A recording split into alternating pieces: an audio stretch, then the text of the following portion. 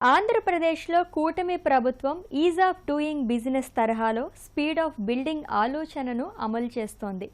గతంలో భవన నిర్మాణదారులతో పాటు వ్యక్తిగతంగా ఇల్లు నిర్మించుకునేవారు పడిన ఇబ్బందులకు అడ్డుకట్టు వేసేలా నిబంధనల్లో మార్పులు తీసుకొచ్చారు. ఈ మేరకు రాష్ట్ర ప్రభుత్వం జనవరి 9వ తేదీన జీవోలు విడుదల చేసింది. అనుమతుల కోసం వివిధ ప్రభుత్వ కార్యాలయాల చుట్టూ తిరిగే అవసరం లేకుండా ఏకగవాక్ష విధానం అందుబాటులోకి తెచ్చింది. అలాగే నిర్మాణ రంగానికి ఊతమిచ్చే విధంగా పలు కీలక అంశాలను జీవోల్లో పొందుపరిచింది. లేఅవుట్లలో రహదారుల వెడల్పు నిబంధనల్లో తెచ్చిన మార్పుల ద్వారా అక్రమ లేఅవుట్లకు అడ్డుకట్టు వేయడంతో పాటు స్థిరాస్తి వ్యాపారం అన్ని రకాల అనుమతులతో సాగేలా చర్యలు చేపట్టింది.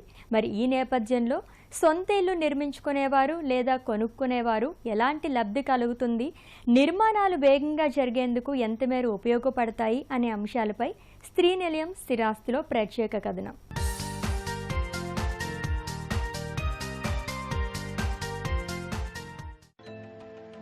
భవన నిర్మాణాలకు దరఖాస్తుల ప్రక్రియను కూటమి ప్రభుత్వం సులభతరం చేసింది.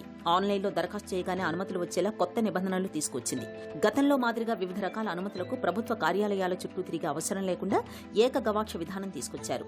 భవన నిర్మాణాలు అనుమతులకు సంబంధించి పురపాలక శాఖ నిర్వహించే DPMS పోర్టల్కే ఇతర ప్రభుత్వ శాఖల్ని అనుసంధానిస్తున్నారు. తద్వారా సంబంధిత శాఖల నుంచి నిరభ్యంతర పత్రాలు త్వరగా మంజూరు చేయనున్నారు. బహుళ అంతస్తుల నిర్మాణాలకు ఇప్పటి వరకు అగ్నిమాపక ఎయిర్పోర్ట్స్ అథారిటీ నుంచి మొదట NOC తీసుకున్నాకే DPMS పోర్టల్లో దరఖాస్తులు చేస్తున్నారు. సింగిల్ విండో విధానంలో అనుమతులకు దరఖాస్తు అప్లోడ్ చేసి ఫీజులు చెల్లిస్తే చాలు, దరఖాస్తు ఇతర ప్రభుత్వ శాఖలకు వెళుతుంది. అధికారులు పరిశీలించి NOCలు జారీ చేసేలా ప్రభుత్వం ఏర్పాట్లు చేసింది. రెవెన్యూ స్టాంపులు, రిజిస్ట్రేషన్లు ఇతర శాఖల నుంచి కూడా ఆన్లైన్లోనే ఇతర అనుమతులు వస్తాయి. ప్రస్తుతం భవన నిర్మాణాలకు అనుమతుల్లో తీవ్ర జాప్యం అవుతోంది. అవసరమైన పత్రాలు జత చేయలేదని ఉద్యోగులు తరచూ కొర్రీలు వేస్తున్నారు. వివిధ దశల్లో అక్రమ వసూలు సరేసరి. ఇప్పుడు ప్రభుత్వం ఇచ్చిన వెసులుబాటు కారణంగా నిర్మాణదారులకు 3 నుంచి 6 నెలల వరకు సమయం ఆదా అవుతోంది. ఆ మేరకు తాము తెచ్చిన అప్పులకు వడ్డీలు కలిసొస్తాయి. అలాగే అనుమతులు సకాలంలో వస్తే బ్యాంకు రుణాలు త్వరగా మంజూరవుతాయి. తాజాగా విడుదల చేసిన గైడ్లైన్స్ ప్రకారం ఆంధ్రప్రదేశ్ వ్యాప్తంగా భవన నిర్మాణ అనుమతులను పట్టణ ప్రాంత స్థానిక సంస్థలు జారీ చేయనున్నాయి. అయితే రాజధాని పరిధిలో మాత్రం ఇది అమల్లో ఉండదని ఉత్తర్వుల్లో పేర్కొన్నారు. CRDA తప్ప మిగతా అన్ని చోట్ల భవన నిర్మాణ అనుమతులు జారీ చేసే అధికారాన్ని పట్టణ ప్రాంత స్థానిక సంస్థలకు బదిలీ చేశారు. ఇంతకుముందు ఈ అధికారం అర్బన్ డెవలప్మెంట్ అథారిటీలకు ఉండేది. అయితే భవన నిర్మాణ అనుమతుల జారీని సులభతరం చేయాలనే ఉద్దేశంతో ఏపీ ప్రభుత్వం ఈ అధికారాన్ని పట్టణ స్థానిక సంస్థలకు బదిలీ చేసింది. కొత్త నిబంధనలు స్థిరాస్తి రంగానికి ఊతమిచ్చేలా ఉన్నాయని నిపుణులు చెబుతున్నారు. కూటమి ప్రభుత్వం ఫామ్ అయిన తర్వాత ఈ నిర్మాణ రంగానికి మరియు రియల్ ఎస్టేట్ రంగాన్ని గుర్తించి గౌరవ ముఖ్యమంత్రి వర్యులు మేము పడుతున్న ఇబ్బందులు సబ్బందులు అన్నిటి మీద చాలా మీటింగ్స్ కండక్ట్ చేయడం జరిగింది. జనవరి 9వ తారీఖు నారాయణ గారు కొత్త జీవో లాంచ్ చేశారు. దీని ప్రధాన ఉద్దేశం ఏంటంటే is of doing business and is of doing business and speed of doing business. So ఎవరైనా ఏదన్నా ఒక అపార్ట్మెంట్ కట్టాలి, గ్రూప్ హౌసింగ్ కట్టాలి అనుకున్నప్పుడు ఈ పర్మిషన్స్ అన్నీ సరళీకృతం చేసి సింగిల్ విండోలో భాగంగా మొత్తం ఒక చోటే అప్లై చేసి మొత్తం ఆన్లైన్ విధానాన్ని స్ట్రీమ్లైన్ చేసి కొత్త సాఫ్ట్వేర్ తీసుకొచ్చి 15 రోజుల్లోపు ఎక్కడా ఎవరిని ఏ ఆఫీస్లో కలిసే పని లేకుండా మన బిల్డింగ్ పర్మిషను డైరెక్ట్గా బిల్డర్ చేతికొచ్చే విధంగా తీసుకొచ్చారండి. ప్రపంచవ్యాప్తంగా అమరావతి వైపు చూపు ఉంది. సో హైరైజ్ బిల్డింగ్స్ రావాల్సిన ఆవశ్యకత ఎంతైనా ఉంది. దాన్ని గుర్తుంచుకొని హైరైజ్ బిల్డింగ్స్లో రూల్స్ కానీ రెగ్యులేషన్స్ అన్ని సులభతరం చేయటం జరిగింది. ఈ జీవో రావటం వల్ల land cost per square feet తగ్గిపోవటం జరిగింది. మల్టీ లెవెల్ పార్కింగ్ అంటే పోడియం పార్కింగ్ అనే కాన్సెప్ట్ తీసుకొచ్చారండి. దాన్ని పోడియం పార్కింగ్ అని భూమి పైన లెవెల్లో కూడా పార్కింగ్ని పెట్టుకునే ఒక జీవో తీసుకురావటం జరిగింది. మనకి హైరైజ్ బిల్డింగ్లో ఎన్విరాన్మెంటల్ డెక్ అనే కాన్సెప్ట్ తీసుకొచ్చారండి. టెర్రస్ పైన మనకు కావాల్సిన క్లబ్ హౌస్ ఎమ్యూనిటీస్ ఫెసిలిటీస్ ఇవ్వచ్చు.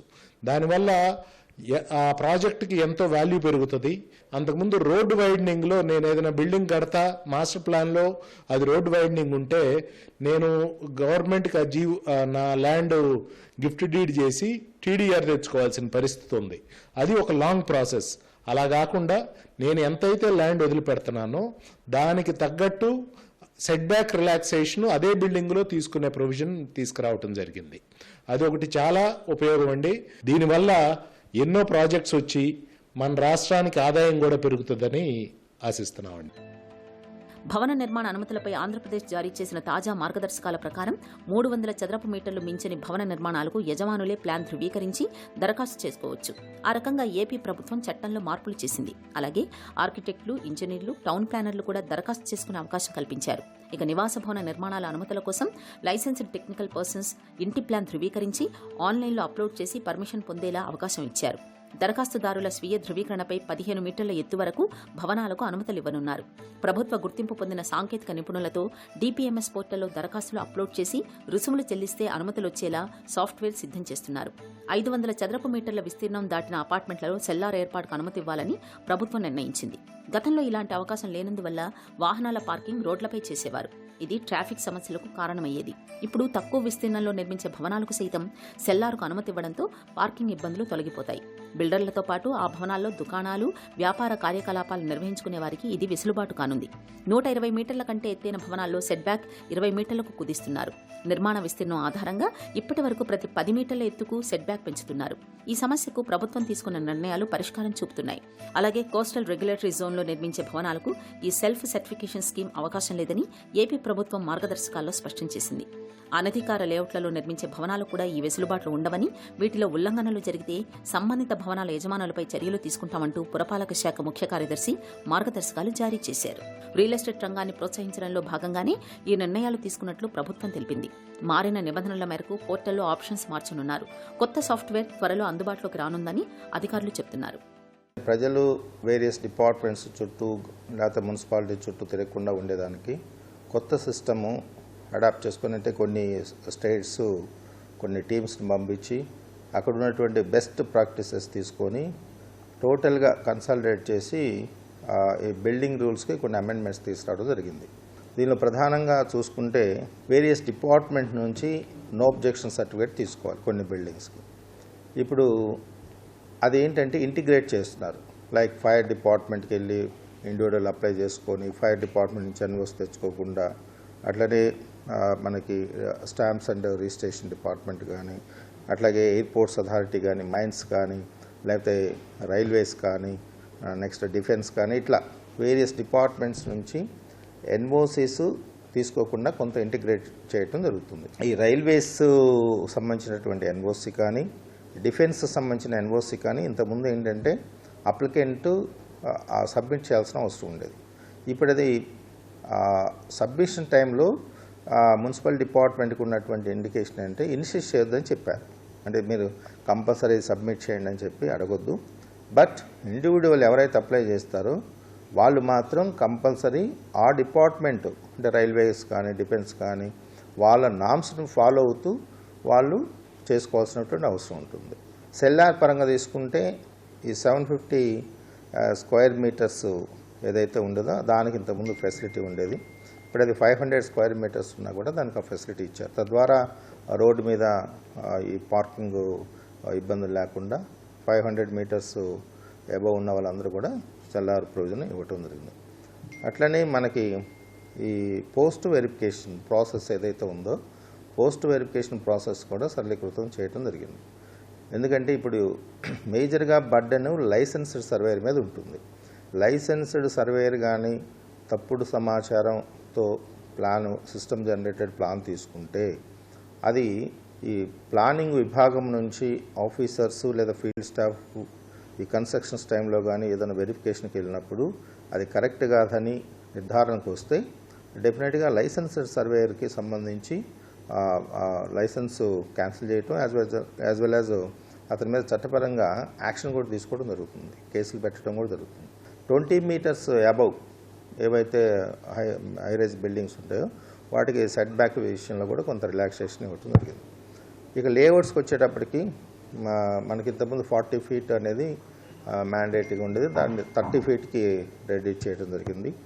LRS ద్వారా రెగ్యులరైజ్ చేయబడ్డటువంటి ఫ్లాట్స్లో పోస్ట్ వెరిఫికేషన్ అనేది మనం ప్రత్యేకంగా ప్లానింగ్ డిపార్ట్మెంట్ వాళ్ళు సిస్టమ్ జనరేటెడ్ ప్లాన్స్ ఇచ్చిన తర్వాత మళ్ళీ వెళ్ళి పోస్ట్ వెరిఫికేషన్ అది ఆ ప్రాసెస్ని ఇక్కడ అక్కర్లేదని చెప్పారు. నోటిఫైడ్ స్లమ్ ఏరియాస్ కొన్ని ఏరియాస్లో ఏంటంటే ఇప్పుడు సర్క్యులేషన్ ప్లాన్స్ అనేది తీసుకొని కొన్ని ఏరియాస్లో సిటీస్లో ఇక్కడ ఇన్ని ఫీట్లు ఉంటే బాగుంటుంది రోడ్డు, అక్కడ ఉన్న సర్కమ్స్టెన్స్ని బట్టి కొన్ని ఏరియాస్ మనం సెలెక్ట్ చేసుకోవడం జరిగింది. ఆ ఏరియాస్లో కూడా ఇది పోస్ట్ వెరిఫికేషను, నోటిఫైడ్ స్లమ్ ఏరియాస్లో ఇవన్నీ కూడా పోస్ట్ వెరిఫికేషన్ ప్రాసెస్ అక్కర్లేదని ఈ జీవోల ద్వారా వచ్చాయి. చాలా ఉన్నప్పుడు కూడా ఇవి మేజర్ బెనిఫిట్స్ ప్రజలకు సంబంధించి. దీనికి సంబంధించినటువంటి సాఫ్ట్వేర్లో చేంజెస్ కూడా ఇప్పుడు త్వరలో వచ్చిన తర్వాత ఇది 100% ఈ బిల్డింగ్ రూల్స్కి వచ్చిన అమెండ్మెంట్స్ని మనం ఇంప్లిమెంటేషన్ చేయడానికి అవకాశం ఉంది. ఆంధ్రప్రదేశ్ ప్రభుత్వం రాష్ట్ర వ్యాప్తంగా భవన నిర్మాణ అనుమతులను పట్టణ ప్రాంత స్థానిక సంస్థలు జారీ చేయనున్నాయి. అయితే రాజధాని పరిధిలో మాత్రం ఇది అమల్లో ఉండదని ఉత్తర్వుల్లో పేర్కొన్నారు. అయితే భవన నిర్మాణ అనుమతులు జారీని సులభతరం చేయాలనే ఉద్దేశంతో ఏపీ ప్రభుత్వం ఈ అధికారాన్ని పట్టణ స్థానిక సంస్థలకు బదిలీ చేసింది. మరి భవన అనుమతులకు సంబంధించిన మరిన్ని విశేషాలు ఇప్పుడు తెలుసుకుందాం. ప్రభుత్వ శాఖల నుంచి అనుమతులు తీసుకోకుండా వెలుస్తున్న లేఅవుట్ల నియంత్రణకు వాటిలో అంతర్గత రహదారులు 30 అడుగుల వెడల్పుతో వేస్తే సరిపోయేలా నిబంధనలు సడలించింది. 40 అడుగుల్లో రోడ్లు ఉండాలన్నది ఇప్పటి వరకు ఉన్న నిబంధన. దీంతో చాలా మంది అనుమతులు తీసుకోకుండా లేఅవుట్లు వేస్తున్నారు. దీనివల్ల ప్రభుత్వ శాఖలు ఆదాయం కోల్పోతున్నాయి. అన్ని రకాల అనుమతులు తీసుకుని పన్నులు చెల్లించే రియల్ వ్యాపారులు కూడా నష్టపోతున్నారు. అక్రమ లేఅవుట్లలో స్థలాలు కొన్న ప్రజలు వాటిలో నిర్మాణాలకు అనుమతులు రాక ఇబ్బంది పడుతున్నారు. ఇప్పుడు రోడ్ల నిర్మాణ విస్తీర్ణాన్ని 30 అడుగులకు ప్రభుత్వం తగ్గిస్తోంది. ఈ నిర్ణయం వల్ల అక్రమ లేఅవుట్లు తగ్గిపోతాయి నిర్మాణ రంగ నిపుణులు చెబుతున్నారు. ఇప్పుడు చాలా మంది 30 అడుగులతో రోడ్లు వేసిన వారు కూడా ప్రభుత్వం నుంచి అనుమతులు తీసుకునేందుకు ముందుకు వస్తే ఆదాయం కూడా వస్తుంది. అలాగే అక్కడ స్థలాలు కొన్న వారికి ఇబ్బందులు ఉండవు. కొత్త నిబంధనలు కేవలం రియాల్టర్లు, బిల్డర్లకే కాకుండా ప్రజలకు కూడా ఉపయోగపడేలా ఉన్నాయి. ఎవరైనా సొంతిల్లు నిర్మించుకోవాలనుకునేవారు గతంలో 5-6 రకాల ఆఫీసులు తిరగాల్సి వచ్చేది. ఇప్పుడు ప్లాన్ గీయించి ఆన్లైన్లో దరఖాస్తు చేసుకుని ఫీజు చెల్లిస్తే సరిపోతుంది. అనుమతులు మంజూరవుతాయి. ప్రభుత్వం విధించిన నిబంధనలు పాటిస్తే సరిపోతుంది. అలాగే బిల్డర్లకు కలిగిన వెసులుబాటుతో కలిగే లబ్ధిని వినియోగదారులకు బదిలీ చేస్తే ఆ మేరకు ప్లాట్లు లేదా ఫ్లాట్ల యజమానులు లబ్ధి పొందుతారని నిర్మాణ రంగ నిపుణులు అంటున్నారు. ఈ కూటమి ప్రభుత్వం వచ్చిన తర్వాత రియల్ ఎస్టేట్ రంగంపై దృష్టి పెట్టడం చాలా సంతోషకరం అండి. దీనికి సంబంధించిన అధికారులు కూడా అనేక రాష్ట్రాలు తిరిగి మెరుగైన జీవోకి మాకు తీసుకురావడం చాలా సంతోషకరం. ముఖ్యంగా ఇందులో మనం చెప్పుకోవాల్సినవి రోడ్లు ఇప్పుడు లేఅవుట్లు అంతకుముందు 12 మీటర్లు వెడల్పు ఉంటేనే మనకి లేఅవుట్లకు అనుమతి ఇచ్చేవాళ్ళు. దాన్ని 9 మీటర్లు కుదించడం వల్ల మనకేంటంటే రోడ్లు విడ్త్ తగ్గింది. దానివల్ల మన గవర్నమెంట్కి కూడా అక్రమ లేఅవుట్లు చాలా వరకు తగ్గుతాయి. ప్లస్ దానివల్ల తద్వారా గవర్నమెంట్కి కూడా బాగా ఆదాయం వచ్చే అవకాశం ఉంటుందండి. ముఖ్యంగా 5 ఫ్లోర్లు అంటే 18 మీటర్లు లోపున్న వాటికి పోస్ట్ వెరిఫికేషన్ చేసేవాళ్ళు. ఇప్పుడు ఆ పోస్ట్ వెరిఫికేషన్ లేకుండా చాలా చక్కగా పర్మిషన్స్ ఆన్లైన్లో సింగిల్ విండో ద్వారా వస్తున్నాయి. బ్యాంకు లోన్స్ సంబంధించి కూడా మాకు అంతకుముందు పర్మిషన్ పోస్ట్ వెరిఫికేషన్ అయిపోయిన తర్వాత బ్యాంకు సబ్మిట్ చేస్తే వాళ్ళు ఇంకో 2 months తీసుకునేవాళ్ళు. ఈ పోస్ట్ వెరిఫికేషన్ 2 months పట్టేది. మొత్తం 4 months తర్వాత మాకు బ్యాంక్ ఫండింగ్ వచ్చేది. ఇప్పుడు అలా కాదండి. ఇప్పుడు ఎమ్మంటనే మాకు ఆన్లైన్లో పెట్టుకున్న తర్వాత ప్రొసీడింగ్ డౌన్లోడ్ అయిపోద్ది. మేము తద్వారా లోన్కి వెళ్ళిపోయి నిర్మాణ రంగం చాలా స్పీడ్గా స్టార్ట్ చేసుకోవడానికి అవకాశం ఉంటుందండి. ఈ రెసిడెన్షియల్ జోన్ ఎప్పుడైతే డెవలప్ అయ్యిందో గవర్నమెంట్కి ఖచ్చితంగా అన్ని విధాలుగా GST రూపంలో కానీ, మున్సిపాలిటీ పన్ను రూపంలో కానీ, వాటర్ ట్యాక్స్ కానీ అన్ని విధాలుగా కూడా గవర్నమెంట్కి బాగా ఆదాయం వస్తుంది. ఈ రియల్ ఎస్టేట్ రంగానికి మాకు కూడా చాలా ఉత్తమంగా ఉంటుందండి. మన ఇంట్లో కూర్చొని మనం కూడా సివిల్ ఇంజనీర్తో మాట్లాడి మన ప్లాన్ని మనమే అప్లై చేసే విధంగా సులభదాయకంగా సింగిల్ విండో సిస్టమ్ ద్వారా పర్మిషన్ మన వాట్సాప్కి వచ్చే పరిస్థితులని మనం చూస్తూ ఉన్నాం. గుంటూరులో గతం కన్నా ఇప్పుడు పర్మిషన్లు త్వరగా రావటం, ఖర్చులు తగ్గిపోవటం వల్ల SFT రేట్లు కూడా తగ్గి పేదలకు కొంచెం ఇంకా తక్కువ, మధ్యతరగతి కుటుంబాలకి ఇంకా తక్కువ ప్రైస్లో కూడా మంచి బిల్డింగ్స్ విత్ గుడ్ క్వాలిటీ వస్తుందని చెప్పి మేము భావిస్తూ ఉన్నాం. ఇప్పుడు 25 అడుగులు రోడ్డు ఉన్నా కానీ మేము 5 అడుగులు వదిలిపెట్టుకుంటే మాకు సులభంగా పర్మిషన్ వచ్చే ఏర్పాటు చేశారు. NOC అప్లై చేస్తే మినిమం అంటే 4 నెలల నుంచి 5 నెలలు పట్టే పరిస్థితులు. ఇవాళ సింగిల్ విండో సిస్టమ్ ద్వారా వారం నుంచి 10 రోజుల్లో మనం అప్లై చేసిన వెంటనే వాళ్ళు వచ్చి మనకి చెక్ చేసి త్వరగా NOC ఇచ్చి దాని ద్వారా మనం ఫ్లాట్లు అమ్మిన వాళ్ళకు కూడా వాటర్ కానివ్వండి, ట్యాక్సేషన్ కానివ్వండి, ఈజీ ప్రాసెస్లో ఇవాళ చంద్రబాబు నాయుడు గారి జీవో ఉపయోగపడుతుందని చెప్పి మేము తెలియజేసుకుంటా ఉన్నాం. భవన నిర్మాణ అనుమతులను సులభతరం చేసిన ప్రభుత్వం ఈ ముసుగులో ఎవరైనా అక్రమాలకు పాల్పడితే అంతే కఠినంగా వ్యవహరించనుంది. ప్రభుత్వ స్థలంలో తప్పుడు దస్తావేజులు సృష్టించి వేరొకరి స్థలంలో నిర్మాణాలకు అనుమతులు తీసుకున్నా, నిబంధనలకు విరుద్ధంగా నిర్మాణాలు చేపట్టినా బాధ్యులపై క్రిమినల్ కేసులు నమోదు చేయనున్నారు.